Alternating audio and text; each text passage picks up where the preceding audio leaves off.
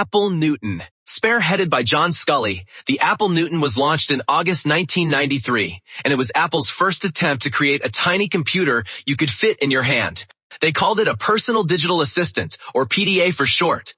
The goal was to replace paper notebooks with a device that let you write on the screen using a plastic pen called a stylus. Although the idea was bold, it failed due to how expensive it was to the average person, costing nearly $900, which is roughly $1,800 in today's money. This huge price tag was paired with handwriting software that was notoriously glitchy at launch. Because it often translated notes into total nonsense, it became a major laughingstock on television shows, like The Simpsons, which permanently damaged its reputation. To make things worse, the hardware was bulky and heavy, like a brick, making it difficult to carry in your pocket, while the battery life was way too short for a mobile tool. When Steve Jobs returned to Apple in 1998, he canceled the Newton immediately because he hated the stylus and wanted to focus on simpler products. However, the project wasn't a total waste. The technology and ideas from the Newton eventually helped Apple create the iPhone and iPad years later.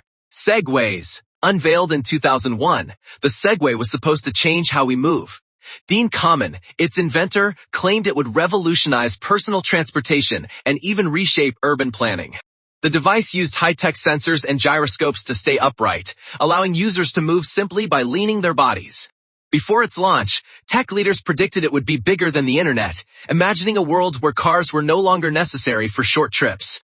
Despite the massive hype, the Segway underperformed because it was far too expensive and impractical. With a launch price of $5,000, it cost more than many used cars, making it a luxury few could afford.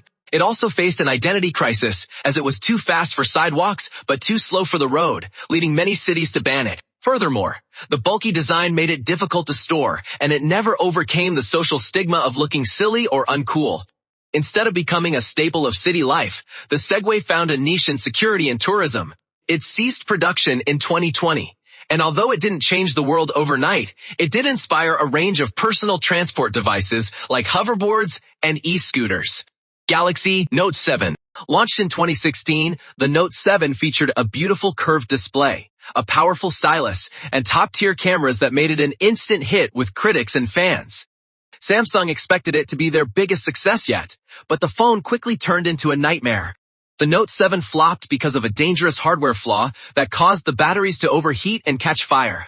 Reports began surfacing of phones exploding in pockets, cars, and even on airplanes. This created a massive safety crisis, leading the FAA to ban the device from all flights. Samsung tried to fix the problem with a global recall and replacement units, but when the safe replacement phones also started catching fire, the company had no choice but to kill the product entirely.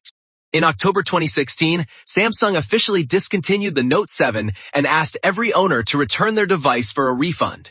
It was a billion-dollar disaster that severely damaged the company's reputation. While the Note 7 died, it forced the entire tech industry to adopt much stricter battery safety tests. Microsoft Zune. Launched in 2006, Microsoft's Zune was supposed to be the iPod killer. It offered features that Apple's iPod didn't, like wireless syncing and a social feature that let users share songs with other Zune owners nearby. It even introduced the Zune Pass, which was a very early version of the music streaming services we use today. But that's where the problem started. There weren't many other Zune users to share music with. The Zune flopped because it was simply too late to the game. By the time it hit the market, the iPod had already secured its dominance for 5 years, and most people didn't want to switch their music libraries to a new system. Additionally, early models were mocked for their bulky design and odd brown color. Just as the Zune started to improve, the iPhone arrived, making standalone music players almost obsolete overnight. In 2011, Microsoft quietly discontinued the Zune hardware, cementing its place in tech history as a classic example of too little, too late. HP TouchPad. Launched in 2011, the TouchPad ran WebOS, an operating system that many experts loved for its smooth design and card multitasking. It was supposed to be the first real competitor to Apple, backed by the massive power of HP, but despite the big promises, the TouchPad flopped hard almost immediately. The reasons for its failure were easy to see. The tablet was slow and bulky compared to the sleek iPad 2, and the battery life was disappointing. More importantly, it had a very small app selection.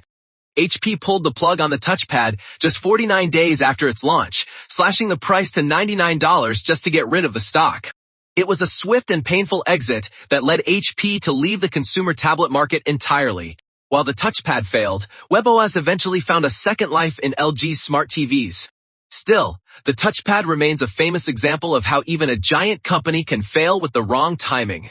Microsoft Kin. This one might be one of the shortest-lived tech products ever.